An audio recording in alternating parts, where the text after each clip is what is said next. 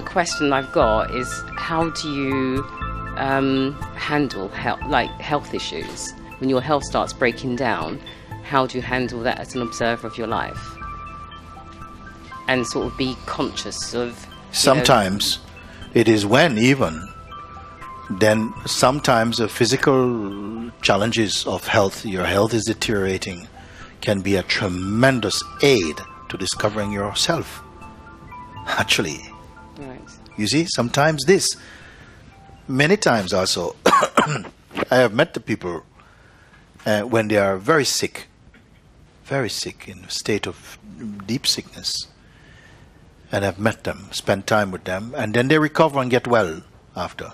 And I say to them face to face, I tell them, I prefer you when you're sick. You're more luminous, more humble, more open, more alive somehow. You start to get well, then you get cocky and think you're something special or something like this.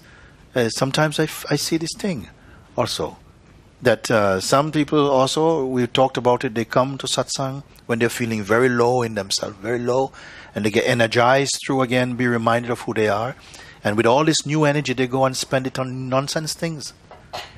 Rather than use it to transcend, to burn the rest of the garbage, they already go and spend it in a bad place. So it's not such a bad thing. And even sometimes, because you have begun to observe yourself, observe your mind, sometimes sickness comes as a kind of healing even sometimes. It's like the beingness is burping up some old stuff, and it comes up in the form of a kind of bodily sickness for a while even, you see. Sometimes people have been sick. We call it satsang flu. Yeah? They go to the doctor, can't find anything wrong with them. Yeah? But they just have to, some psychic debris is coming up and it has to come out. Sometimes it's time of sickness. Sometimes it's a physical sickness come. It can take different forms, and you're observing. I want to say something just briefly about this observing.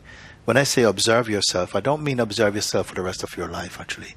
There's a point to observing. The point to observing is to come to see that all the things that you're observing are transient. They come and go. They come and go.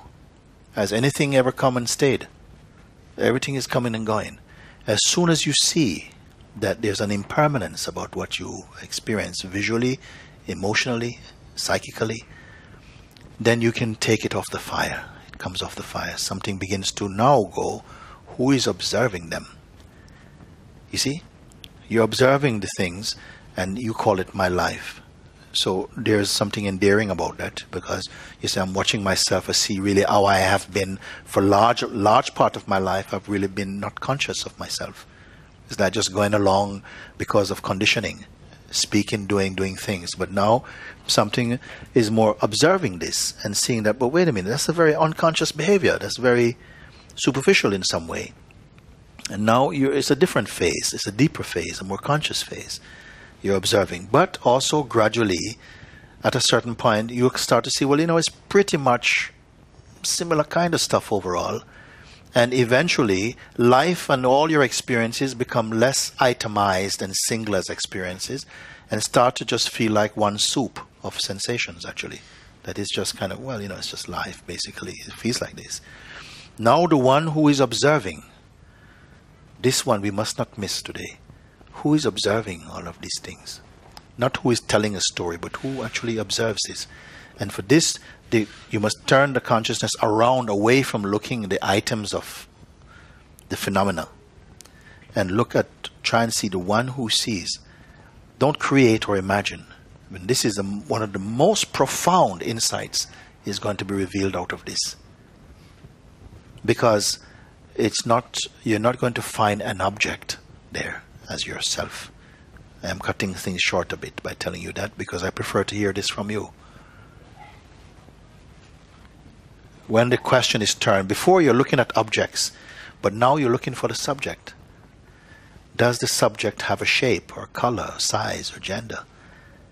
All these you can see. All these you can see. The one who sees, can the one who sees be seen? This should be your question now. This question is going to reveal greatly for you something. Don't mind if you get a bit sick. Sometimes the sickness is there. And somehow you'll observe also, include the sicknesses in your observation.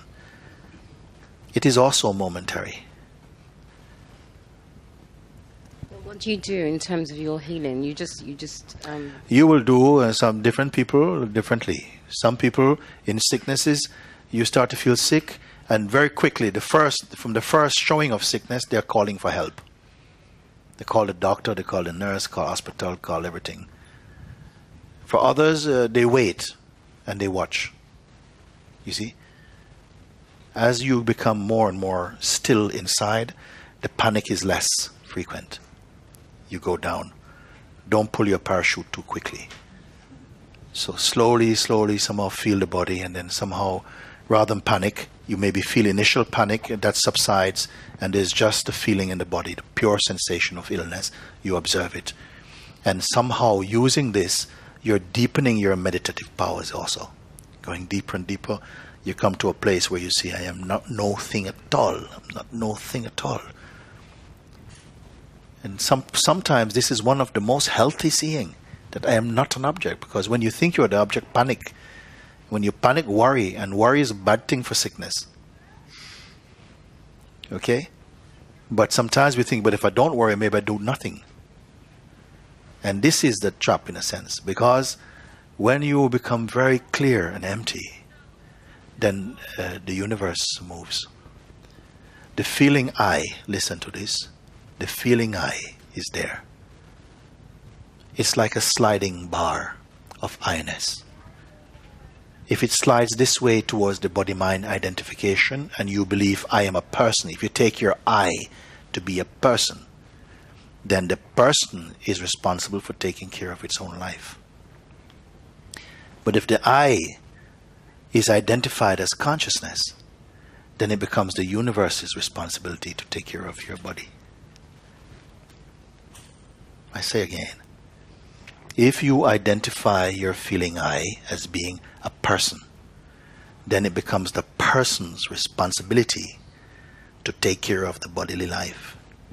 But if the feeling I or I am is identified as consciousness, then the universe will take care of your life.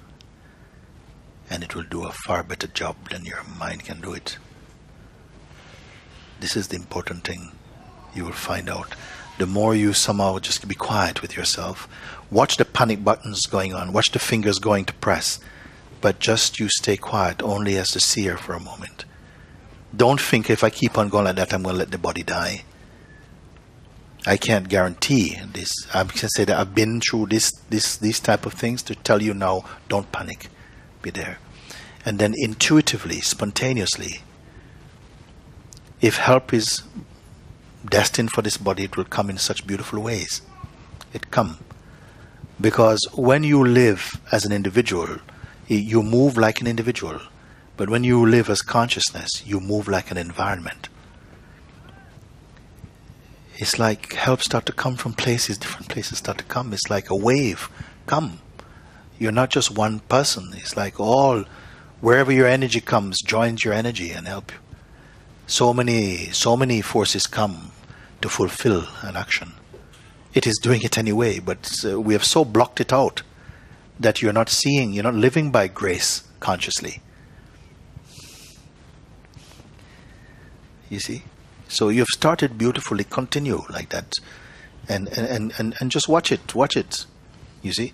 Then somehow you feel at some point, either someone spontaneously come and say, actually, I have a friend of mine who really knows about this or something. And then you say, you'll sense how to read life more energetically, more than just sort of reading the print.